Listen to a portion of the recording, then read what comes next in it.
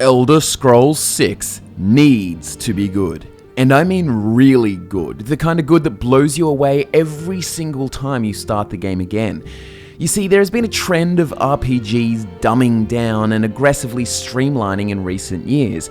Some of these dumbing down moments can be explained by changing technology and attempting to limit disastrous consequences outside of the player's control. For example, a good case for unkillable NPCs can be made because it is very possible that they may roam from city to city only to be killed by a random dragon which was totally out of your control, and therefore, critical character is dead, story is over, and nothing you can do about it. However, a simple fix could just be making the character killable only by the player, but regardless, I digress. While some instances of so-called dumbing down or streamlining may have valid reasons for their doing so, the case with most instances is a result of the developer's insistence on hand-holding, removing features, cinematic overdrive, and making the game very easy to grasp for the casual player. It is the lowest common denominator thinking. The game is designed for the player most incapable. 6-year-olds could work out Skyrim's dungeon puzzles. It's ridiculously simple. I adore the Elder Scrolls games and the modern Fallout games despite their flaws and despite the fact that they have moved farther and farther away from the RPG genre with each new entry and moved more towards the action-adventure genre. So much of my love for these games is built upon the lore and expansiveness of these beautiful universes that have been established years and years ago. I love gaming, but my greatest love is role-playing games in particular. They offer an experience that you can find in no other medium.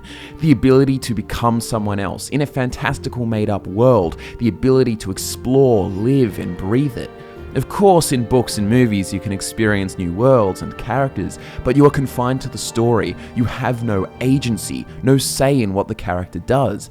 Books and movies are wonderful, but the advantage of the gaming medium, the advantage of role-playing games, is the ability to have that agency. The what if I stole the artifact? The what if I killed his brother? The what if I helped him and not her? These are the questions you can answer through role-playing games. These are the multiple realities that you can live out. You can see the sheer number of builds on this channel, characters with differing backstories and personalities, all who live out the world of Elder Scrolls or Fallout in a different way. So why bring this up? Back to the title of the video, Elder Scrolls 6 needs to be good. So we can all agree that we want it to be good, that's a no-brainer, but we are at an interesting point in history.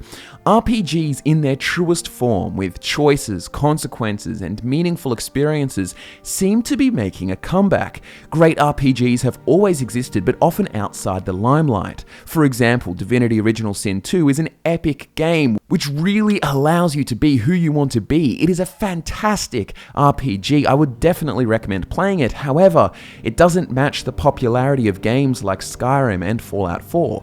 It is an isometric RPG which can be daunting for new players, and this style doesn't seem to suit mainstream appeal, which I completely understand despite my enjoyment of it. My ideal game would have the level of Divinity's role-playing, but in a third or first-person game form. This doesn't happen though, but maybe this is about to change, and this is why Elder Scrolls 6 needs to be good. Bethesda has to up their game. There was a period when games like Skyrim and Fallout were the best open-world RPG experiences that you could get, but then the likes of Witcher 3 came along, an open-world RPG experience of top-tier quality that largely outshone Fallout 4 in 2015. But what about now? Obsidian is set to release their new single-player RPG, The Outer Worlds, in 2019. The Outer Worlds is set in that first-person, more accessible style of game, but has an emphasis on actual role-playing, character creation, choices, consequences, and the like.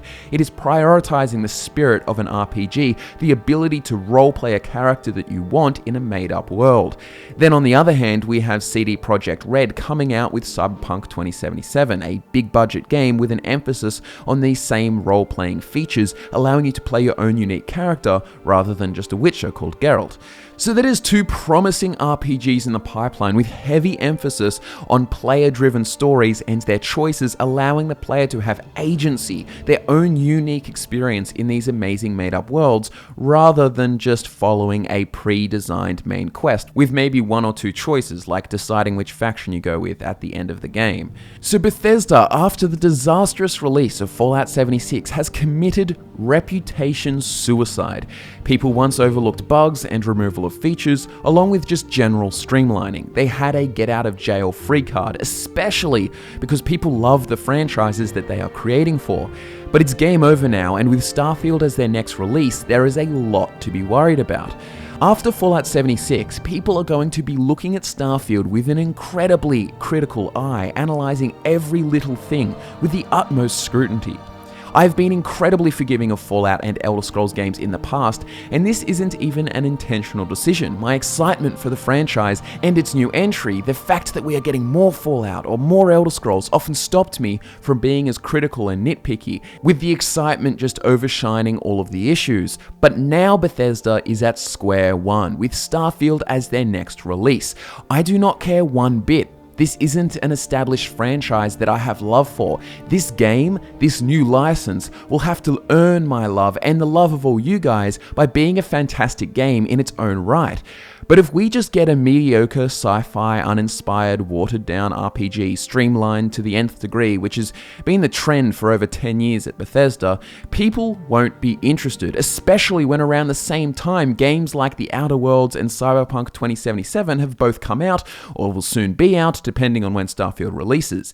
Starfield will look like total weak sauce unless it really impresses. Sci-fi is about to get hella saturated, and only the best will take the attention. So Starfield has a lot to compete with. But consider that Elder Scrolls 6 may not be out until 2021, or even as late as 2024. We really have no idea. It is a long time away. And in this time between now and their release, there will likely be more competition in terms of RPGs.